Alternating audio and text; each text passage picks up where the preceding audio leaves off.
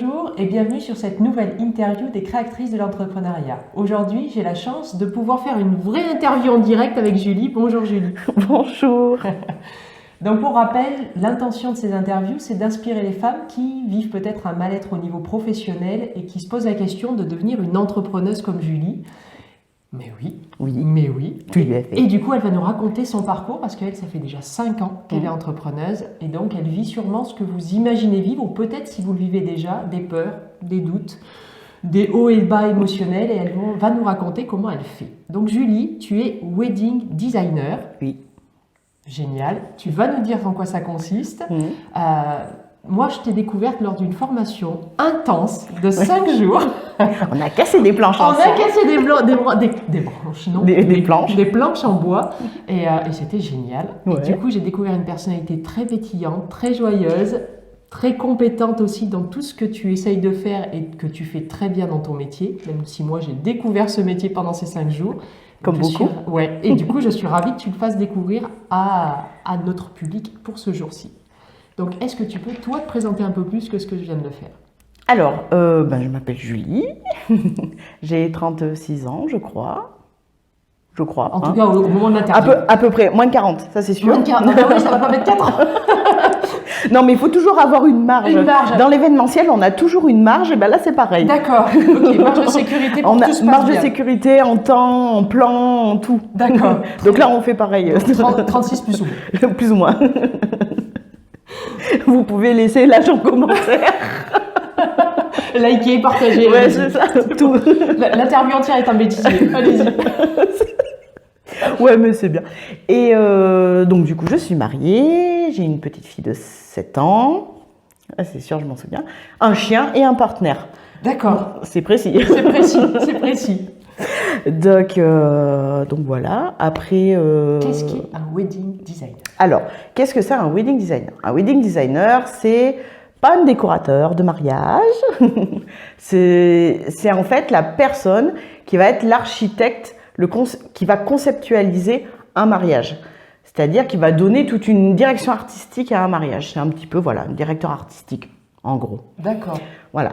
Et donc du coup, selon ce que nous demandent les clients, selon ce dont ils ont besoin, on va créer la scénographie qui leur correspond vraiment. Parce qu'avec tous les réseaux sociaux, on est abreuvé de beaucoup d'informations, alors que ce soit pour le mariage ou pour plein d'autres choses. Ouais. On est ultra abreuvé d'informations, d'images modifiées.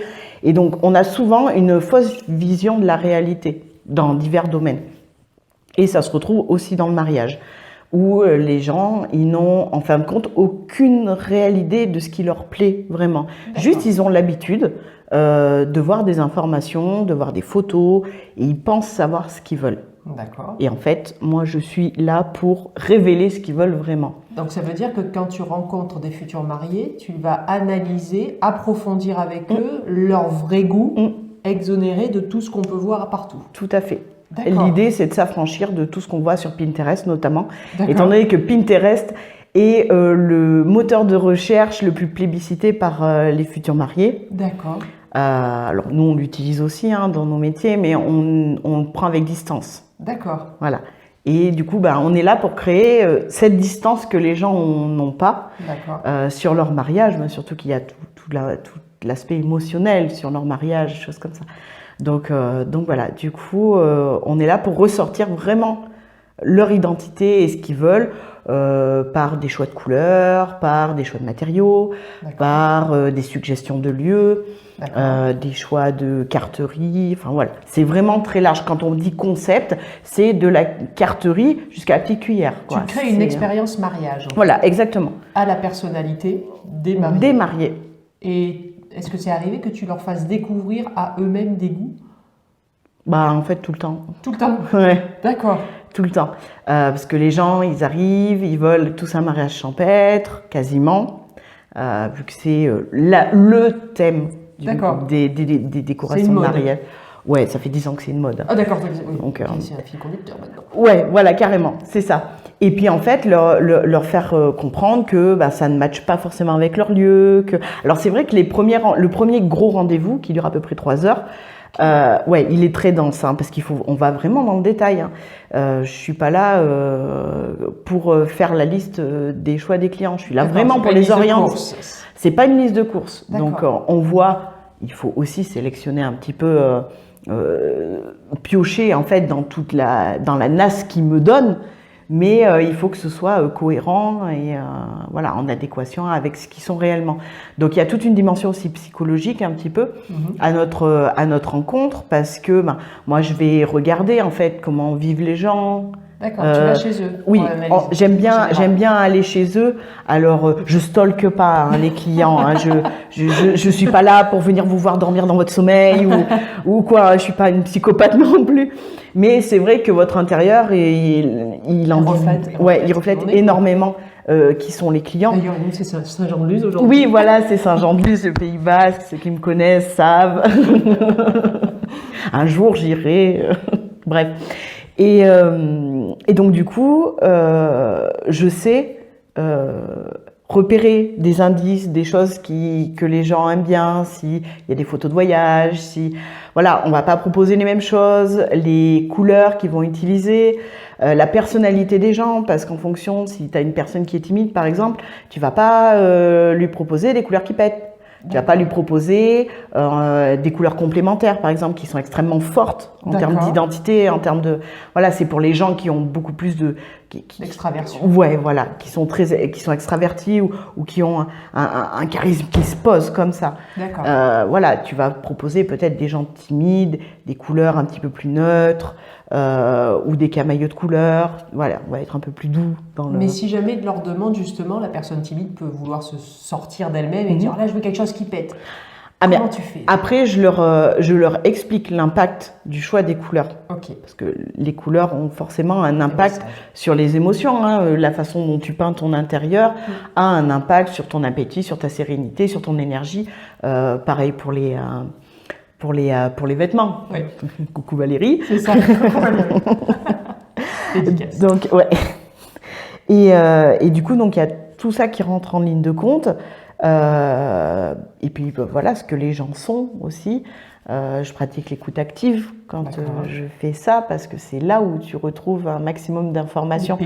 C'est surtout dans ce que les gens ne te disent pas, ou dans les poses qu'ils font, ou la façon dont ils te le disent. Ouais. Tu sais qu'ils vont... Ou la réaction à ce que tu dis. C'est ça. Là, tu me disais, et si tu as un client qui te demande « Moi, je veux une couleur qui peps ouais. ». Et ben, en fonction de comment il va me le dire, je vais savoir si c'est vrai ou si c'est vraiment fait pour lui.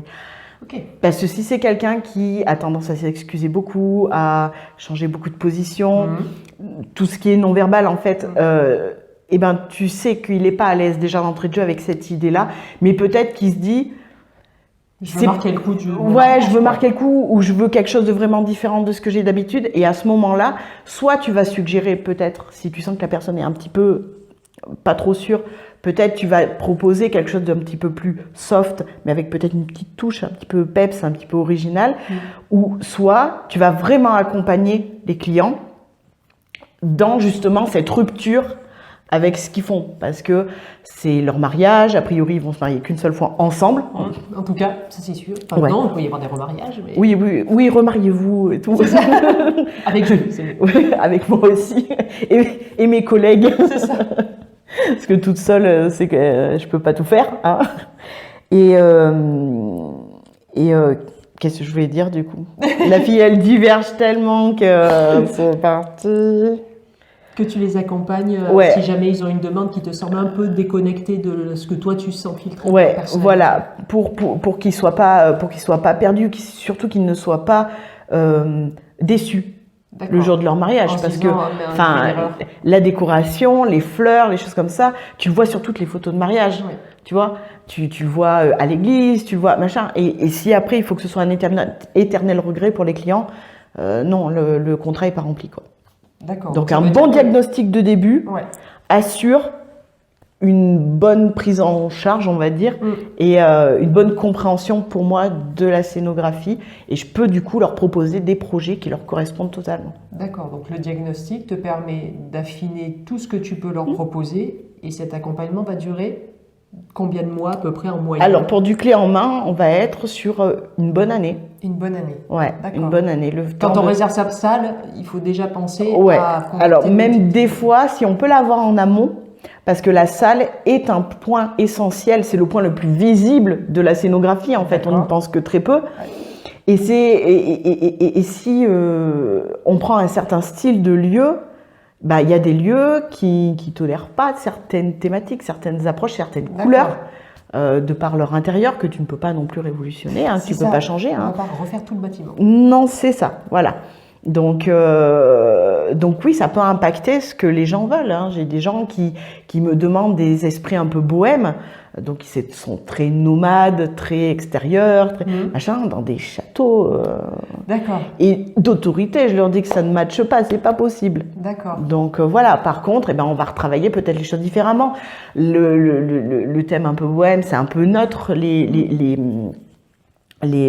couleurs sont un peu neutres, donc on va peut-être travailler sur les couleurs neutres. Mais par contre, on va abandonner tout ce qui est macramé, tout ce qui est... Parce que ça ne va pas dans le château. Ok. Voilà. Donc, et c'est pour ça que c'est bien quand les gens y viennent et qu'ils n'ont pas encore leur lieu, parce que je peux leur suggérer le style de lieu, s'il leur faut une grange, s'il leur faut un château, un manoir, un domaine, un clos. Et toi, tu as une liste de lieux? Oui, je commence à connaître un peu bien les lieux. Monsieur ou madame fait la demande en mariage, parce que maintenant aussi il y a les femmes qui demandent un mariage. Oui. C'est dès ce moment-là qu'il faut contacter le wedding designer. Voilà. Enclencher la moindre première démarche. Si les gens mettent la scénographie haute dans leur système de valeur de mariage, oui, c'est intéressant de venir au début. Après, on peut travailler dans l'autre sens. Parce que c'est souvent le cas. La loi de l'offre et de la demande fait que des lieux, il y en a moins que de mariages. Oui. Donc, c'est un des premiers postes sur lesquels les gens vont être focus. Ouais. Et c'est normal parce que sans lieu, pas de mariage souvent. Sinon, il faut décaler d'1 an peut-être son mariage. Voilà, voilà, c'est ça. Donc, c'est souvent dans ce cas-là. Et du coup, comme je connais un peu les lieux, je peux leur dire, non, ce que vous voulez, on va peut-être leur travailler différemment parce que votre lieu ne matche pas trop avec ça. Mais voilà. Faut dire aux gens qu'il va falloir changer mais avec douceur quand même. Oui. Voilà. Oui, l'idée, beaucoup d'humanité. Oui, l'idée, c'est pas de ressortir avec des gens qui pleurent. C'est ça. Bon, surtout moi, Ulysse de joie. C'est ça. C'est pas le but. Non, non, je pleure de joie. Oui, voilà. Mais bon, au début, en général, c'est pas ça. C'est à la fin. D'accord, oui, c'est à la fin. Après, ça peut monter crescendo. Oui. Bien. Alors, normalement, la deuxième question, c'est sur ton actualité. On va y venir un peu plus tard. Juste pour faire un cheminement différent, ce qui me vient. Toi, tu es entrepreneuse depuis 5 ans. Oui. Tu as quitté le salariat. Oui. Qu'est-ce qui a été déclencheur de quitter le salariat? Alors, j'ai quand même plutôt l'esprit d'entreprise, parce que j'ai créé ma première entreprise en 2008, quand je suis sortie de mes études. Ok. Juste pile poil. D'accord. Donc, avant d'avoir une expérience salariée, j'ai eu une expérience d'entrepreneur. Dans le mariage? Non, dans le consulting en santé et sécurité au travail. D'accord. Et elle prend soin du marié, c'est beau. Ah oui.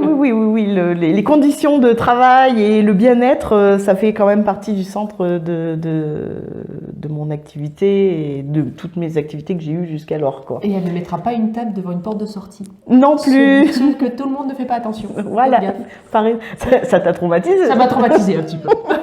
Non, mais c'est intéressant de savoir que... Promis, je vous la rends entier. Vous verrez s'il y a d'autres interviews, on ne sait pas encore. Bon, s'il n'y a pas d'autres interviews, vous savez qu'elle est chez moi. C'est ça, je suis coincée dans la porte de sécurité. Je ne sais pas, je vais sortir. Donc oui, déjà, j'ai à la base plutôt un esprit entrepreneurial parce que mon caractère fait que j'ai un petit peu du mal à être... à ce qu'on me dise quoi faire. Voilà, je déteste être dans un cadre, je déteste être dans un moule. D'accord. C'est un truc qui me... Voilà, j'ai un esprit créatif de base et j'ai horreur de me mettre en conformité avec ce que les gens peuvent attendre. Enfin, bon, voilà. D'où, du coup, des mariages qui sortent de l'ordinaire. Oui, voilà aussi.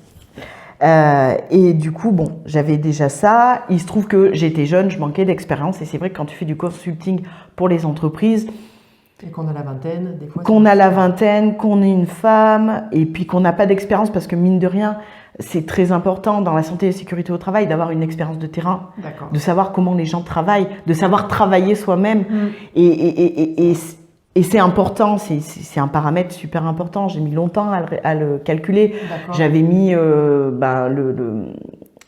le vivais comme un échec déjà. Enfin, bon. Ça n'existe pas, c'est un apprentissage. Voilà. Et du coup, je me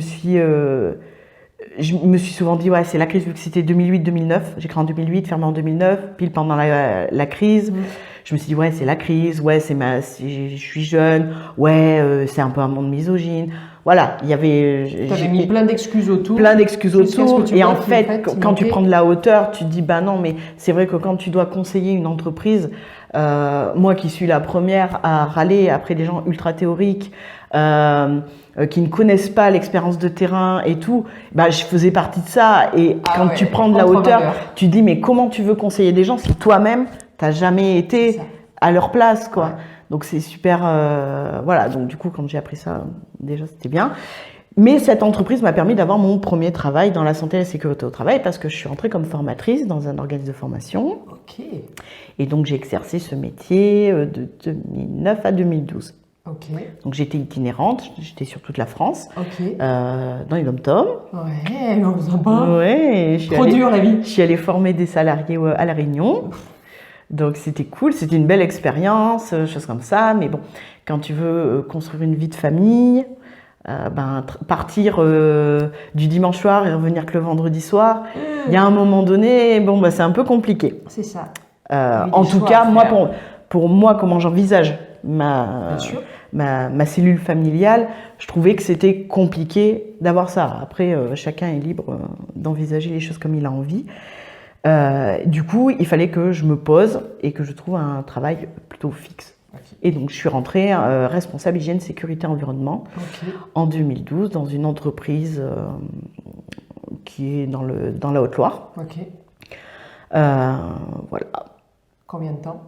Et ben jusqu'à ce que je parte 2018, parce que j'ai fait un peu de salariat, entrepreneuriat pendant 6 mois en même temps. 6 mois, d'accord. Donc tu as eu une idée d'entreprise sur le mariage? J'ai créé en 2017. D'accord. J'ai créé en 2017 et je suis partie en 2018. J'ai fait une rupture conventionnelle. D'accord, ok. Voilà. Il y a eu un élément déclencheur ou c'était juste que ton activité montait en puissance? Alors, il y a eu plusieurs choses à la fois. Il y a eu le fait que j'avais l'impression d'avoir fait le tour de mon activité de responsable hygiène, sécurité, environnement. Je n'étais plus bien dans l'entreprise où j'étais. D'accord. Donc, je me sentais pas bien, j'allais au travail avec la boule au ventre. Tu vois, tous les prémices qu'on pourrait appeler un petit peu les prémices du burn-out, tu vois, après burn-out. Voilà, bon, ma maman ayant fait un vrai burn-out, je savais ce que c'était, je sais que ça a des conséquences catastrophiques sur la santé, sur la vie de famille, sur plein de choses, sur la vie professionnelle également. Et donc, je voulais pas. Et en parallèle, en 2015, j'ai eu donc ma fille. Enfin, on a eu, parce que je ne l'ai pas fabriquée toute seule, cette petite. C'est ça. Voilà. On t'appelle Marie? Oui, c'est ça, Marie. Oui, Marie par Marie. Marie. Et du coup, je me suis dit, bah non, tu peux pas faire voir à cet enfant que la vie n'est que souffrance. D'accord. C'est pas possible. Waouh, exemplarité. Ouais, c'est pas cool, quoi. Donc du coup, j'ai commencé un petit peu le cheminement de purée, qu'est-ce que je peux faire? Parce que qu'est-ce que tu peux faire? Ça fait 10 ans que tu fais de l'hygiène et de la sécurité. À l'époque, j'étais un petit peu plus t'as fait ça, tu feras ça toute ta vie, tout ça. Enfin, tu vois, j'étais un peu. Parce que la société, l'école nous donne. Hein, parce que voilà, c'est ça. Oui, ça change beaucoup et c'est très bien là. On a le droit de changer plusieurs fois. En fait. Oui, les générations Z ont bien compris le concept. Et nous, quand tu vois le taux de reconversion professionnelle, ça explose. Et l'autre jour, j'ai fait, je fais une petite diversion encore. L'autre jour, j'ai fait une story en fait avec, je demandais avec ma nouvelle activité à mes consoeurs et mes collègues du mariage si le travail qu'elles faisaient actuellement, donc wedding planner, designer ou officiant, était leur premier métier ou est-ce que c'était des reconversions? Bon, sans surprise. 100% de reconversion? Pas 100%, 95%. Oh. 95% de reconversion. C'est pas un métier de premier... Non, dans le monde du mariage, tu as, en tout cas, en planeur, designer et officiant, je ne veux pas m'attarder sur le... Enfin, m'avancer sur le reste parce que je ne connais pas. On est sur de la reconversion professionnelle. Okay. Voilà. Donc, potentiellement, des prospects à toi. Il y en a. C'est pas vrai. Et donc, du coup, voilà, bon, je reviens à mon truc. Donc, j'ai commencé à réfléchir, à me dire, qu'est-ce que tu pourrais faire bah, vas-y, t'as, je sais plus quel âge j'avais, du coup, à l'époque, à 31 ans. Vas-y, c'est peut-être le moment de faire un truc qui te fait vraiment kiffer, quoi. Et comment t'as trouvé l'idée du mariage? Eh ben, il me fallait un truc créatif parce que je savais que j'allais être créative. Bon, j'ai exercé un métier ultra bordé par la réglementation, hein, parce que la santé, la sécurité au travail, la qualité. On n'est pas créatif? Ceux qui sont dedans, on vous demande tout sauf d'être créatif parce que même quand vous faites des affiches, les couleurs sont normées. C'est-à-dire que tu as le jaune sécurité, le rouge incendie, le vert évacuation. Donc même ça, t'es même pas libre dans ton truc. Les icônes, t'es pas libre dans ton truc, c'est tout normé. Bon, donc zéro créativité. Je me suis dit, il faut que je trouve un métier créatif. Et il faut que je trouve un métier où je peux me renouveler régulièrement. Parce que je m'ennuie extrêmement vite des choses. Petit côté multipotentiel. Ouais, je sais pas multipotentiel, mais en tout cas, je me fais vite. Ouais, voilà. Et du coup, je me suis dit, tiens, l'événementiel, c'est plutôt pas mal parce que faut se renouveler à chaque fois. C'est un événement, une DA, une direction artistique, et après tu passes à autre chose. Et des clients différents. Et des clients différents tout le temps. Donc, je me suis dit, tiens, tout de suite, l'événementiel, c'est pas mal. Bon, après, je voulais vraiment quelque chose qui change. Donc, du coup, j'ai rapidement éliminé toute la partie professionnelle. D'accord.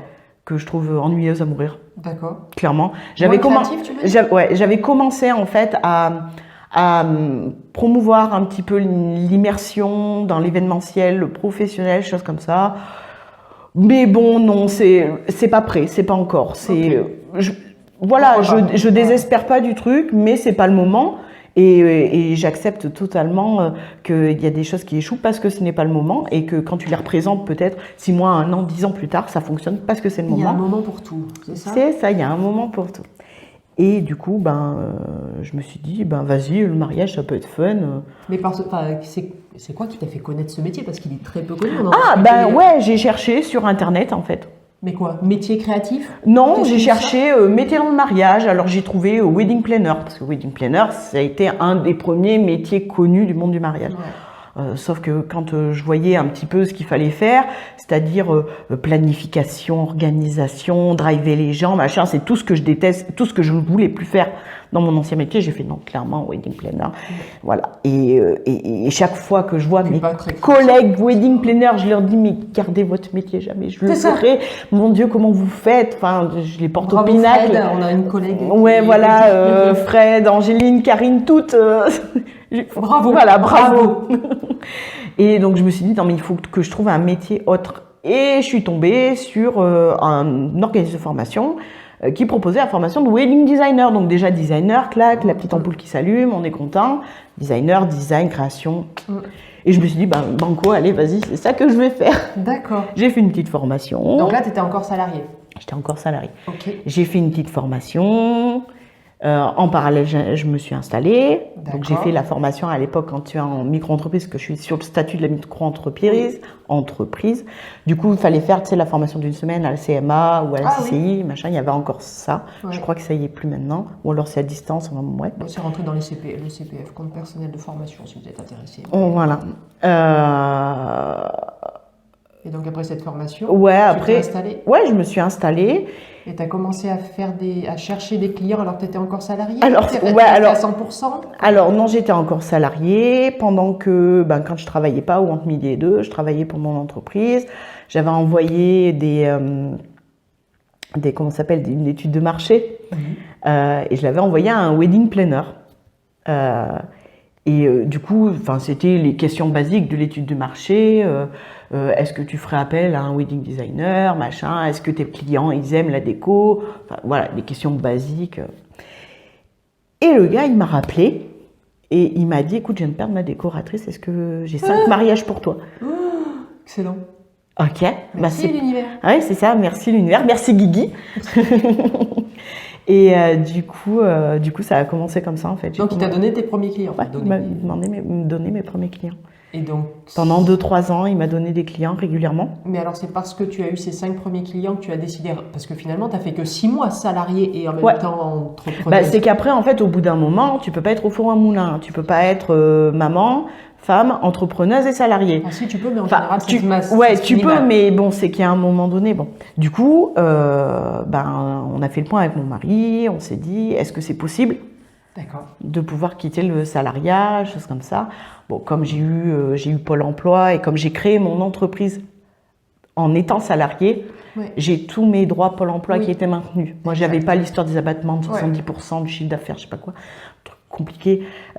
Moi, j'ai pu cumuler l'intégralité de mon chiffre d'affaires et les indemnités Pôle emploi. Je sais plus comment ça s'appelle, mais voilà ça. Donc, du coup, j'ai fait une demande de rupture conventionnelle. Alors ça s'est égoupillé. Alors autant il y en a, ils galèrent sur des ruptures conventionnelles qui ne sont pas refusées. Autant moi, ça s'est réglé en 15 jours. En 15 jours, j'étais barrée de l'entreprise. Excellent. C'était très bien. Je voulais plus. On s'est mis d'accord avec ma patronne. Elle voulait plus de moi, je voulais plus d'elle. On ne voulait plus l'une de l'autre. D'accord. On s'est fait la bise. On a enclenché le machin. Tu sais, à un moment, il faut garder 15 jours où il ne faut pas que tu le dises aux gens. Faut pas le dire. Non, il ne faut pas le dire aux gens parce qu'il ne faut pas que une partie ou l'autre soit influencée dans son choix et tout. Je trouve ça plutôt bien. Voilà. Et en fait, moi, il m'aurait resté genre 1 mois à faire, un truc, le temps que ça finisse de s'enclencher et tout. Et puis, j'avais des congés à prendre. D'accord. Et je suis allée voir ma patronne. Je lui ai dit, écoutez, parce que je la vous voyais, Bichette, quand même. Et je lui dis, il me reste 15 jours. Moi, je veux partir le plus vite possible. Si je pose mes 15 jours, je pars à la fin de ce délai de discrétion, je ne sais plus comment ça s'appelle. Je suis partie au bout de 15 jours. D'accord. Très bien. C'était gagnant-gagnant. Oui, voilà. Ouais, voilà, c'est ça. Et j'ai eu de la chance, en entendant beaucoup de personnes dont les ruptures conventionnelles sont refusées pour des motifs complètement débiles. Comme il y en a de plus en plus qui demandent pour faire autre chose, justement. Oui, mais justement, c'est là où les gens, il faut qu'ils se posent des questions de pourquoi les gens changent, pourquoi les gens... voilà. Le sens du travail. C'est ça. Non, et puis c'est surtout qu'on vit dans une société extrêmement normée par des règles complètement absurdes, mais c'est mon point de vue. Voilà, chacun est libre. Mais on le partage. Ouais, mais là, c'est ma vidéo, donc je donne mon point de vue. C'est ça, scène ouverte, vas-y, expression libre. C'est ça. Donc voilà, j'ai quand même eu la chance que ma rupture conventionnelle soit acceptée vite, que tout soit allé très vite, qu'il n'y ait eu de frein nulle part. Ouais. Quand l'univers est avec toi, l'univers est avec toi. Quand on fait ce qu'on doit faire, tout s'ouvre. Et puis voilà, et puis vogue la galère depuis... Depuis 5 ans. Ouais, depuis 5 ans. Quels obstacles t'as dû surmonter le Covid dans l'événementiel. Non, pas en 2018. Pas en 2018. Parce que là, tu as dû quitter ton costume de salarié, même si tu avais eu une première expérience d'entrepreneuse. Oui. Quels ont été... Qu'est-ce que tu as dû relever comme défi? Plein de trucs, mais c'est toujours... Parce que tu dis que tu étais entrepreneuse dans l'âme. Oui, mais l'entrepreneuriat, c'est une suite d'obstacles. Enfin, c'est un truc sans fin. D'accord. Mais c'est bien, l'entrepreneuriat. Soyez entrepreneur. Non, mais c'est surtout qu'il faut dire qu'il y a... Quand on voit sur les réseaux sociaux, genre déjà toutes les entrepreneuses qui sont toujours au top de leur forme, ce sont des réseaux sociaux. Prenez bien ça. Moi aussi, je fais des photos trop bien et que derrière, j'ai juste envie de chialer ma race. Mais donc déjà, il faut s'affranchir de ça. Et puis quand on voit, par exemple, il y a une espèce de poste là qu'on a beaucoup dans l'entrepreneuriat, c'est ouais, ça va, non, ça va pas, ça va, qu'est-ce que je fais? Je vais tenter ça, oh mais non, ça marche pas, merde, crotte, enfin voilà. C'est ça, c'est la vraie vie de l'entrepreneur. Parce que quand c'est ça, c'est que... C'est la vraie vie de l'entrepreneur parce que tu as le syndrome de l'imposteur qui vient toquer à ta porte comme un VRP qui veut te vendre un aspirateur.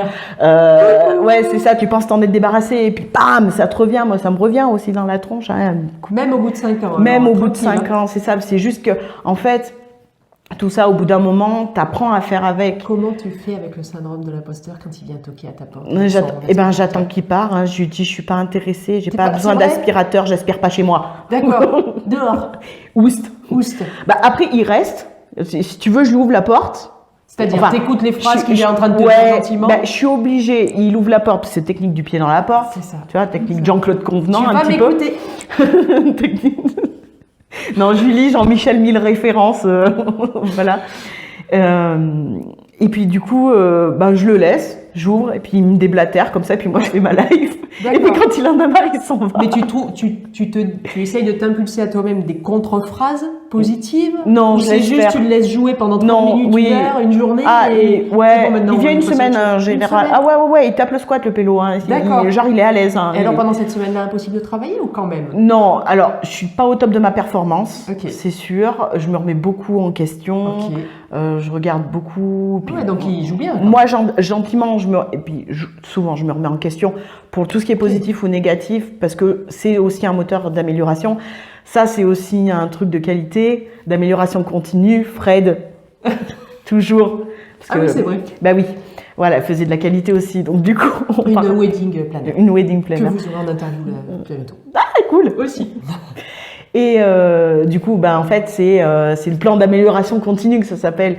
Et à chaque fois, il faut remettre en considération ce que tu as mis en place, si ça a fonctionné, qu'est-ce que tu aurais pu améliorer. Et du coup, tu mets en place un plan d'action pour l'améliorer. Et moi, ma vie, c'est que ça, en fait. Mais est-ce qu'on peut dire que le syndrome de l'imposteur, c'est aussi un des déclencheurs de ces remises en question qui peuvent être mais voilà, faut pas qu'il t'écrase. C'est-à-dire que tu laisses déblatérer. Un peu comme quand tu as une musique de fond. Tu sais, il y a des gens, pour travailler, ils ont besoin d'avoir une petite musique de fond, un truc d'ambiance, tu vois.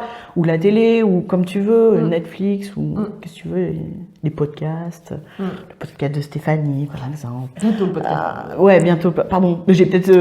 spoiler. C'est pas grave, vous irez tous, c'est pas grave. Tu comprends, tu mettras un bip. C'est ça, bip, elle a dit une connerie. Non, c'est moi. Donc voilà, et tu le laisses piailler, quoi. Et puis au bout d'un moment... si ça t'atteint une semaine, c'est quoi qui met fin? C'est qu'il a fini de jouer ou c'est que toi tu... Non, c'est qu'il a une jauge, il vient avec sa jauge. Il vient avec son aspirateur et tous les accessoires qui vont avec. Donc en fait, il te présente l'aspirateur, comment c'est bien, comment ton aspirateur à toi, il est trop chiant, quoi. Et machin, et lui avec son truc un peu plus, et son truc, l'accessoire pour les rideaux, l'accessoire pour le le spécial chien. Le spécial chien, le mode réversible. Ah, vous avez un chien, voilà, tu vois. Et puis je le laisse déblatérer, tu vois, tu laisses déblatérer, il fait son job et puis terminé. Et ça dure une semaine. Voilà, mais juste, il faut pas que ça te focus. Au début, le syndrome de l'imposteur, moi, il me paralysait comme beaucoup de gens. Oui, beaucoup de femmes. T'es là, tu dis putain, machine, elle fait mieux que moi. T'as vu, elle fait... Hein? Je ferai un bip sur le putain. Ah, j'ai dit un gros mot. Ceux qui me connaissent, ça... Du coup, je sais plus où j'en étais. Tout fout le camp. C'est pas grave. Oui, non, mais c'est qu'au début, voilà, tu te compares aux autres, machin. Et souvent, je me compare encore aux autres, tout ça, bon.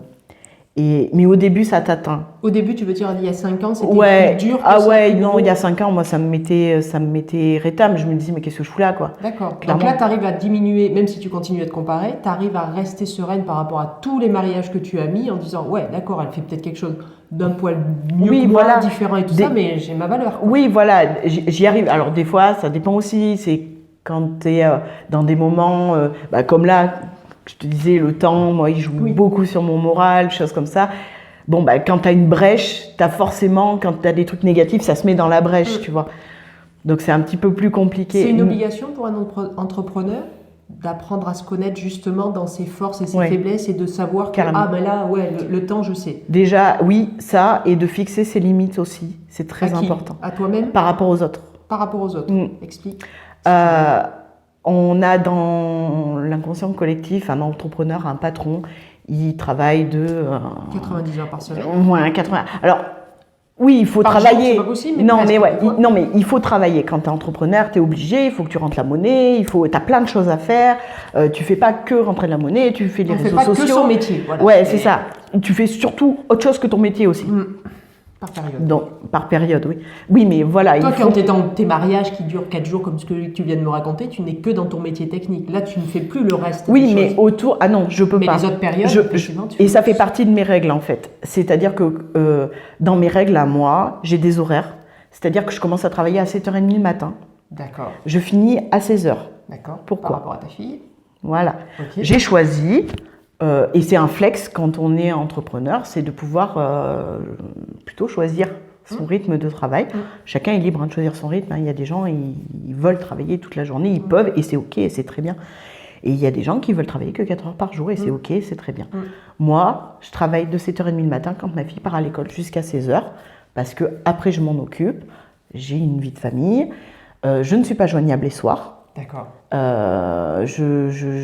J'ai fait ce choix-là, et quand je vais voir mes clients, je leur explique pourquoi je ne suis pas joignable le soir, parce que j'ai une vie de famille, parce que moi aussi je sors avec des copines le soir, et que je veux pas être, je suis facilement en fait focusée quand j'ai un appel en absence ou chose comme ça, je ne fais que penser à ça. Ah, d'accord. Donc en fait, c'est aussi bien se connaître. Ouais. Je sais que je vais focuser sur des petits trucs comme ça et que je serai jamais à 100% avec. Tu n'arrives pas à couper? Non.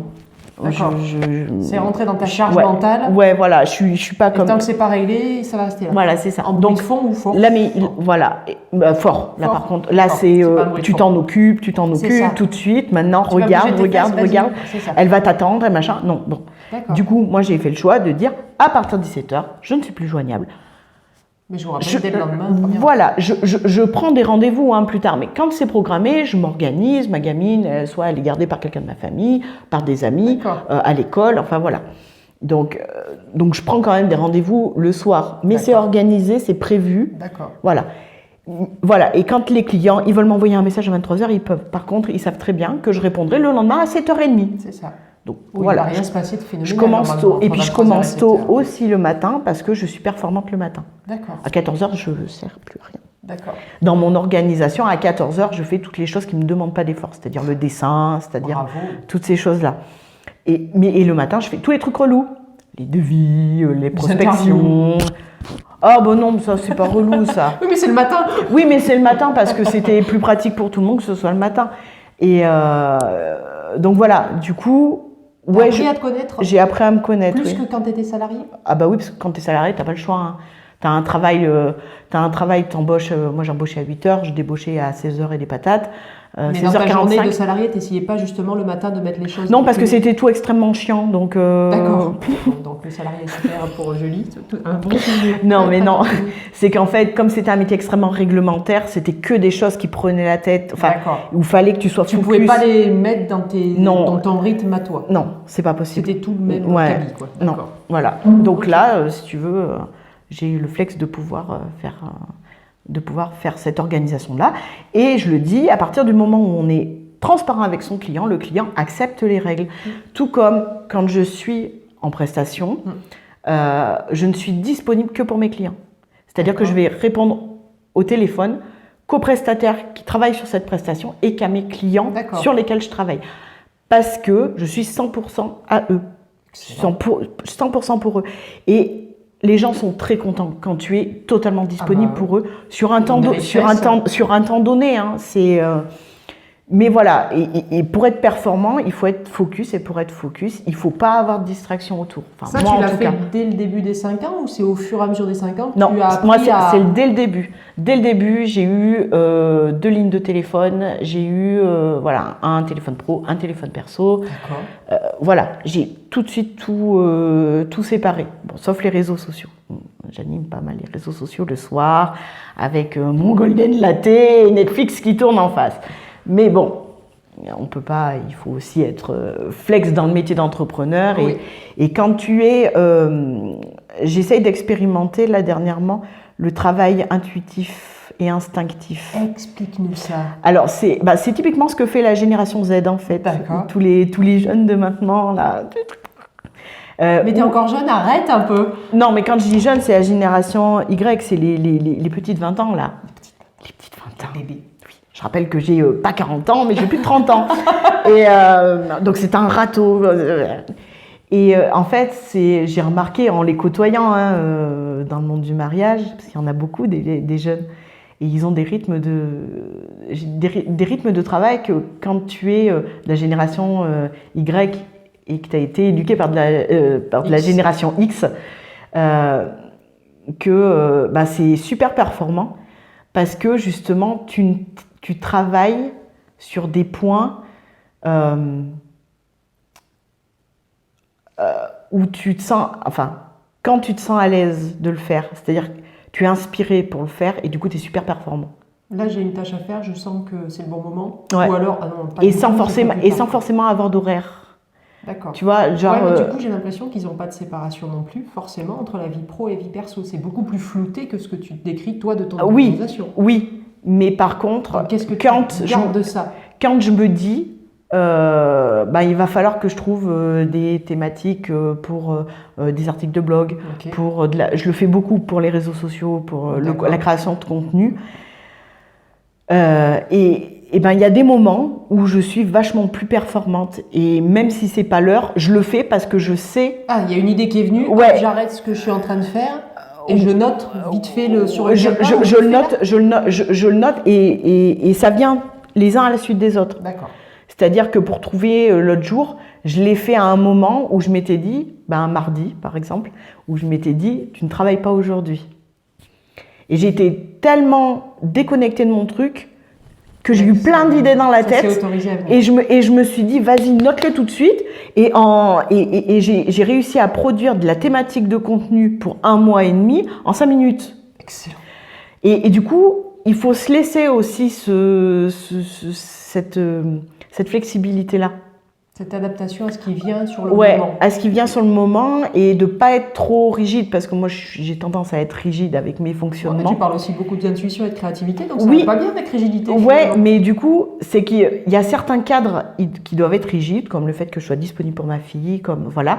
Par contre, le soir, si je sens que j'ai un truc, parce que des fois alors fois, moi, sous la douche aussi. Ouais, non, mais c'est souvent sous la douche les fulgurances, tout ça. Et en fait, des fois, tu te dis, tiens, il faut que je le fasse. Il faut que je le fasse. Et tu es excité à l'idée de le faire, tu vois. Tu es trop content, tu serais capable de bosser jusqu'à 3 du mat. Et ben, les jeunes de la Gen Z, ils sont capables de bosser à 3 du mat. Ouais. Mais de chiller le lendemain jusqu'à 14h. Et ben, prendre un peu ce système, ce fonctionnement, je trouve ça vachement vertueux aussi. Donc ça, c'est plutôt récent. Ça, c'est plutôt récent. Parce que tu as côtoyé ces jeunes-là ou parce que tu as expérimenté? Parce que j'aime bien voir comment les gens fonctionnent. J'adore ça. C'est une bonne coach. Ouais, je sais pas. En tout cas, en décoration de mariage, en accompagnement, oui. Alors, je ne suis pas coach parce que je n'ai pas le diplôme de coach. J'accompagne les gens, c'est déjà très bien. C'est ça. Et du coup, je diverge encore et je me perds. Et donc, je trouve que c'est intéressant.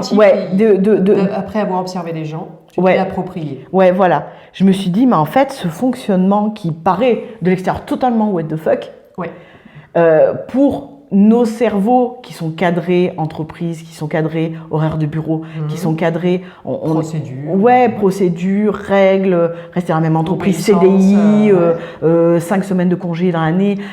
La génération Y, elle s'en carre comme de l'an 40. Mais leur système, il est super performant. C'est des gamins qui ont l'esprit d'entreprise. C'est des gamins qui, quand ils savent bosser, quand il faut bosser, ils savent que ils veulent pour partir en voyage, il faut bosser, mais après ils vont chiller tranquille. C'est pas des gamins qui ont un gros sens de la propriété. C'est pas des gamins qui ont envie d'être propriétaires forcément. Ils veulent profiter de la vie. Ouais, voilà, c'est ça. Ils sont totalement dans un mode YOLO. Et franchement, il y a des super bonnes choses à apprendre. Il y a à apprendre des jeunes. Hein, voilà, l'expérience ne vient pas que des vieux, elle vient aussi de l'analyse de comment les jeunes travaillent. Ça aussi c'est important parce que souvent les jeunes, on les regarde un petit peu en disant non mais attends. Apprendre la vie un peu avant de... c'est ça, apprends la vie, expérimente d'abord, travaille avant de parler. Mais c'est des jeunes qui bossent en fait. Et il y a des choses... décalés par rapport à nous. Du coup, décalés par rapport à notre système, à comment on est matrixé. Parce qu'on est très matrixé par la société. Et il faut faire l'effort de voir un petit peu ce que font les autres et de prendre certaines petites choses. Et puis toi, après, tu l'adaptes à toi. Mais est-ce que c'est pas quelque chose qui est finalement obligatoire pour un entrepreneur de justement faire son marché, de rester ouvert à ce qui se passe autour de soi? Tu as des entrepreneurs de l'ancienne école, c'est très carré, ça suit une ligne. Mais est-ce que c'est encore adapté à notre époque? Non, je pense pas. Mais ça existe encore. Okay. Donc, adapté, non, mais justement, comme dans les conditions de travail, l'homme s'adapte au travail, alors que le travail devrait s'adapter à l'homme. On est d'accord, mais là on est en train d'y venir, je crois. On est en train d'y venir avec beaucoup de résistance, Bien télétravail, toutes ces choses-là. Il y a beaucoup de résistance parce que notre système n'est pas fait pour ça, n'est pas conçu pour ça. Et à la tête de ces systèmes, il y a des gens qui ne veulent surtout pas que ça change. Bien sûr. Donc c'est un peu bras de fer. Depuis 2 ans, ça a quand même plein de choses qui ont... Ah ouais, mais le Covid a eu des bonnes choses. Oui. Pardon, hein, mais le Covid a amené aussi des bonnes choses dans la façon dont les gens perçoivent la vie, perçoivent leur vie, perçoivent le travail, perçoivent le peu de reconnaissance qu'ils ont eu dans le travail. Parce que c'est je pense, un des principaux items sur lesquels les gens ils se disent paye ta reconnaissance, je me tire quoi. Ouais. Donc c'est un des déclencheurs notamment de burn-out, mais aussi de décision de partir. Voilà. Ouais. Donc voilà. Merci. Ça. Les hauts et bas émotionnels, tu connais aussi dans la vie d'entrepreneuse? Oui, oui. C'est le yo-yo. Oui, comme tout le monde. C'est quoi tes recettes? J'attends toujours que ça passe. C'est vrai? Oui. Moi, je suis pas. Tu te recentres sur toi dans cette période-là? Non, alors non, je sais pas faire ça non plus. D'accord. C'est pas bien. C'est pas bien. Enfin, c'est pas bien. Non, ça me correspond pas. Donc, parce que j'ai essayé plein de trucs. C'est vrai? J'ai essayé les cahiers de gratitude. J'ai essayé les. Alors, tu as les to-do list et tu as les did-it list. C'est-à-dire qu'au lieu de dire, tu sais, je vais faire ça, tu mets ce que tu as fait plus tôt. J'ai essayé la méditation, j'ai essayé les affirmations positives, j'ai essayé la technique du Ho'oponopono. Ouais. Il n'y a rien qui me va. En vrai, j'arrive pas. Ça, c'est pas pour moi. Alors, c'est quoi qui, toi, te ressource? S'occuper des autres? Ouais, des autres, je sais pas. Non, j'attends surtout que ça parte en fait. D'accord. J'attends que ça parte et je fais souvent appel à mon cercle familial et amical. Ouais. Ok. Donc ça, c'est ce que j'appelle le camp de base. Tu as un bon camp de base qui est là pour te ressourcer. Je pense que je suis extrêmement bien entourée, que j'ai beaucoup de chance d'être très bien entourée, que l'univers a mis sur ma route aussi des personnes qui sont là pour m'aider et pour pallier un petit peu des fois mon manque de confiance, machin. Donc voilà, et ces personnes-là, alors j'ai ma famille, mes amis, et puis il y a des personnes que j'ai rencontrées dans l'entrepreneuriat et dans le mariage. Je me suis fait des amis alors que j'allais pas pour chercher des amis parce que j'en ai déjà. En général, j'en ai très peu, mais j'en ai des très bons. D'accord. Ça sert à rien d'en avoir plein. Après, tu t'y perds. Tu sais plus comment ils s'appellent. Enfin, ami Facebook. Ouais, non, même pas. Et du coup, c'est des personnes, on s'est rencontrés, on sait pourquoi on s'est rencontrés. On partage toutes les mêmes idées sur l'univers, sur la vie, et on est chacune là, les unes pour les autres, mais sans pression, quoi. D'accord. Sans forcer et tout. Et voilà. Je pense que d'avoir déjà un entourage sain et qui supporte aussi. Parce que moi, il me supporte aussi, parce que attention, je parie rigolote comme ça, je rigole, mais je suis ultra casse-couille. Parce qu'Aspier, il y a un côté sombre à Julie. Oui, tout le monde en a. Oui, j'ai une part sombre moi, beaucoup.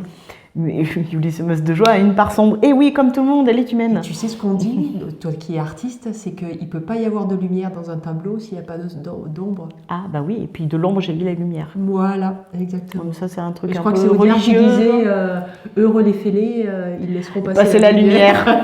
C'est ça. Bah oui, mais c'est ça, en fait. Non, mais voilà, on a tous une part sombre et c'est OK. On a tous un petit côté où on peut être déprimé, dépressif, dépendant à quelque chose. Et puis on n'a pas le droit, on a le droit de ne pas être à fond. Et c'est OK parce que personne n'est parfait. Parce que ça aussi, on est matrixé par les réseaux sociaux. Voilà, t'as ça, t'as le culte de la perfection, où la perfection ne t'aide jamais à avancer. Non. J'étais à peu près comme ça avant. Je ne me lançais jamais. Pas le droit à l'erreur ? Ouais, non, il fallait que tout au poil de fesses, c'était réglé et tout. Et ton métier est déformé aussi pour ça, je veux dire. Oui, aussi. Tu pouvais pas te permettre. Et puis, en fait, quand j'ai fait mon coaching business, là, Ils avaient donné l'exemple, je crois, de Jeff Bezos. Oui. Désolé, hein, Amazon, Oui, on tout aime, ça. on aime pas, mais il y a des leçons. Mais bon, il y a des leçons à retenir de Jeff Bezos, de Bill Gates, de Et tous de ces gens-là, de Steve Jobs Elon. aussi. Alors Elon, j'ai un peu plus de mal, mais bon. Mais même lui, il y a des apprentissages. Mais bien sûr. Et en fait, il faut... D'ailleurs, je te dis Jeff Bezos, c'est même pas Jeff Bezos. C'est Steve Jobs. Ah, ça fait Apple, désolé, Apple, tout ça, bon. Il a croqué la pomme. Ouais, il a croqué la pomme, ça lui a pas réussi, bichon. Non, malheureusement. Il s'est lancé dans Apple, il était prêt à 80%. Ouais. Et du coup, maintenant, j'essaye de me lancer quand je suis prête à 80%. Oh, c'est déjà haut. Oui, c'est déjà haut, Tu sais, mais par exemple, pour que l'instant... les CV, les femmes qui veulent postuler à une annonce d'emploi, une femme veut être prête à 80 à 100%, veut correspondre à 80% minimum à une offre d'emploi. Un homme, à ton avis, combien? Ouais, les hommes, ils sont tous en mode balèque, donc on va dire 50, 40, Ouais, 50. 50. Ouais.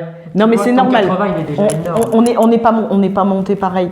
Mais déjà, bah non, les hommes et les femmes, on n'est pas monté pareil. Ni hein. éduqué pareil. Ni éduqué pareil, patriarcat bonjour. Mais bientôt, non, je rigole. Il va y avoir un rééquilibrage. Ouais, on espère, ouais. Tout ça, l'univers, l'énergie, Ouais, tout ça. ouais. Oui, après c'est que moi, il me faut Toi, quand même, 80%. il me faut quand même Avant, un peu c'était ça. 100. Avant, c'était jamais en fait, parce que Ah, le sang, carrément. le sang, je l'atteignais jamais. Donc j'y vais jamais. Bah c'est ça. Ok, donc Et alors bravo. déjà là, je passe à À un niveau supérieur. voilà. Et je me suis un peu performée avec Save the Wed, donc la nouvelle activité que je suis en train de développer et pour laquelle on a fait une formation en commun et on s'est rencontrés. Là, j'ai commencé. Alors, je me suis pas officiellement lancée. Je communique dessus pour pouvoir attirer, pour voir officiellement, l'intérêt d'eux. voilà, D'accord. pour officiellement le lancer en janvier, que D'accord. tout soit prêt en janvier, mais je commence déjà à essayer de choper des clients. D'accord. Voilà, j'attends pas que ça démarre pour. Donc ça, c'est une leçon pour l'entrepreneur, c'est qu'au bout de quelques années, on s'autorise à élargir notre éventail et c'est correct. Une fois qu'on a stabilisé les fondations d'entrepreneurs, on peut se permettre d'aller ailleurs. Donc, est-ce que tu peux nous parler de ce nouveau projet? Alors, le nouveau projet. Le bébé. Le nouveau bébé, c'est en fait une solution de remplacement, de renfort pour les professionnels du mariage. Parce que du coup, faute de 5 ans d'expérience, C'est ça. C'est donc j'ai expérimenté des manques dans des absences. des absences et puis des manques de solutions quand tu es, c'est un métier principalement féminin, quand donc tu es tout seul, c'est souvent des solopreneurs, et quand éventuellement tu es maman ou que tu veux le devenir, donc que tu es face à des problématiques alors féminines ou masculines, hein, parce que les messieurs peuvent très bien vouloir adopter des enfants, enfin voilà, ou avoir des enfants aussi. Ça, c'est chacun son mais ce qu'il veut dessus, Ses enfin, envies, ouais, ses ses visions, envies, oui. voilà.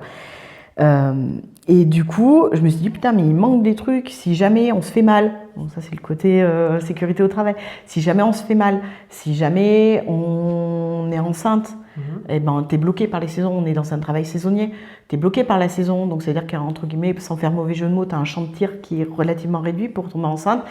Et les femmes qui ont déjà expérimenté ou qui sont peut-être en cours d'expérimentation ou pour qui c'est très compliqué, savent que dans la vie, il y a des choses, on peut les déclencher, il y a des choses, on ne peut pas les déclencher comme on veut et on ne peut pas les maîtriser et la grossesse fait partie de ces choses-là. Heureusement que la nature a encore le droit de parler. Exactement, et du coup, ou qu'on peut l'aider. Et du coup, des fois, Ça tombe au mauvais moment. ça tombe, entre Et ça guillemets, peut- au mauvais moment. Et ça peut être bloquant et ça peut être facteur de stress. Et voilà. Et ça peut remettre en cause, enfin peut-être pas en cause, mais ça peut gripper à une organisation de mariage. Et ça peut gripper une organisation de mariage, ça peut gripper un entrepreneuriat complet, quoi. D'accord. Donc voilà. Et avec la formation en plus d'HEC, donc on a rencontré des collègues, des consoeurs, des clientes, choses comme ça. Et j'ai été effarée d'entendre tout ce que j'ai entendu, des consoeurs qui ont été obligés d'allaiter pendant une installation, de consoeurs qui ont dû abandonner leur entreprise pour leur grossesse, des consoeurs qui se sont fait mal en remplaçant une autre consoeur, qui ont dû se dépatouiller comme elles pouvaient avec leur famille. Mais du coup, de l'autre côté, tu as le côté qualité. Quid de la qualité, du service client. Déjà, on est dans des métiers qui sont rarement pris au sérieux. Donc, qui est en phase de professionnalisation, avec beaucoup d'actions qui sont menées par la SOCEM. Notamment. Oui, mais oui, par la SOCEM, par les organismes de formation qui forment de manière sérieuse et technique les futurs professionnels du monde du mariage, les syndicats, voilà. Ça commence à se structurer et c'est super et c'est cool. Et il manquait aussi le petit système de remplacement, de prévention des risques, de qualité du coup. Donc je me suis dit, voilà, c'est issu de l'expérience, c'est une entreprise qui est issue de l'expérience. Donc voilà, on va voir où ça va nous mener tout ça. On va souhaiter une belle réussite à Save the Web. Save the Web. Save the Web. Je suis nulle. Sauve le mariage. Voilà, c'est ça. En gros, c'est ça. D'accord, ok. Donc longue vie. Belle naissance déjà. Déjà, on va commencer par ça. Save the Web. Bravo. Je vais y arriver. Je vais voir que je vais prendre des cours d'anglais, mais ça va aller. D'ici 2 ans, qu'est-ce qu'on te souhaite comme réussite?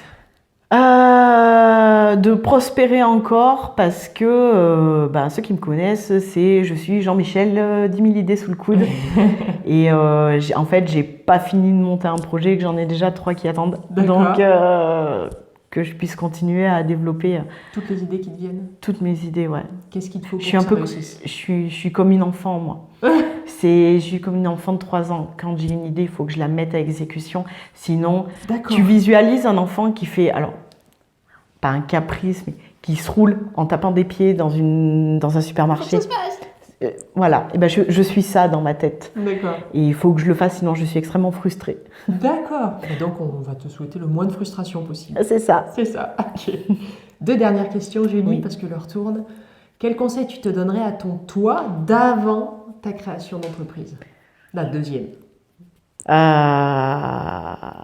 De faire plus rapidement ce que je souhaitais faire en fait. Être créatif, être dans un métier créatif et pas dans un... Tu l'avais détecté avant? Qu'il te manquait la créativité dans ton métier? Ah oui, très vite. Hein, mais c'était un métier de raison. D'accord. Voilà. Okay. C'était un métier de raison. Voilà, un métier reconnu.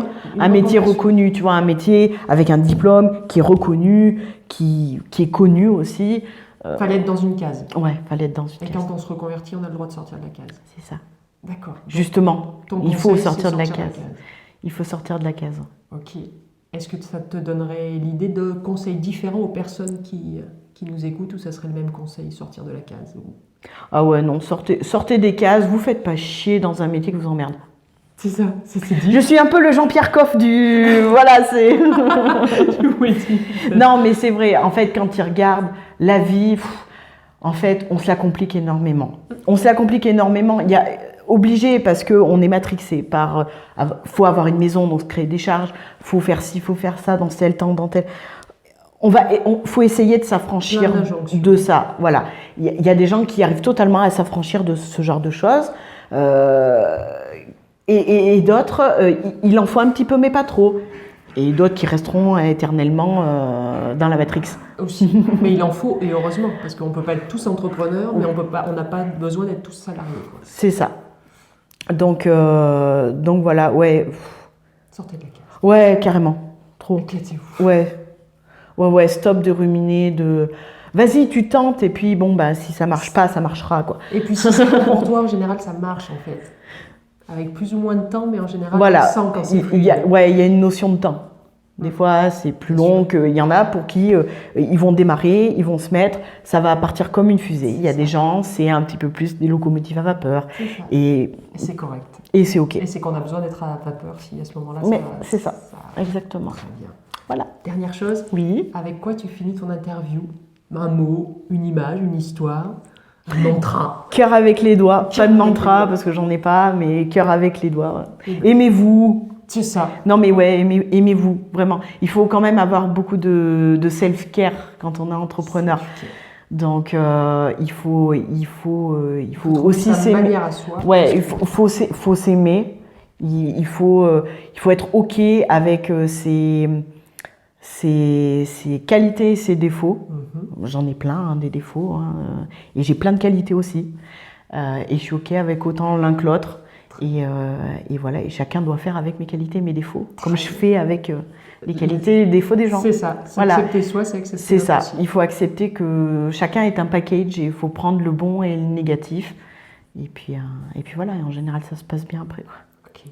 Merci beaucoup Julie pour cette interview. J'espère que vous aurez autant kiffé que moi en tout cas. Ouais. J'ai encore découvert plein de choses, mais à chaque entretien, forcément. Prenez un Doliprane si je vous ai fait mal à la tête. Mais non, ça va bien se passer. Merci beaucoup Julie. Merci à toi. Et à très vite. Ben oui.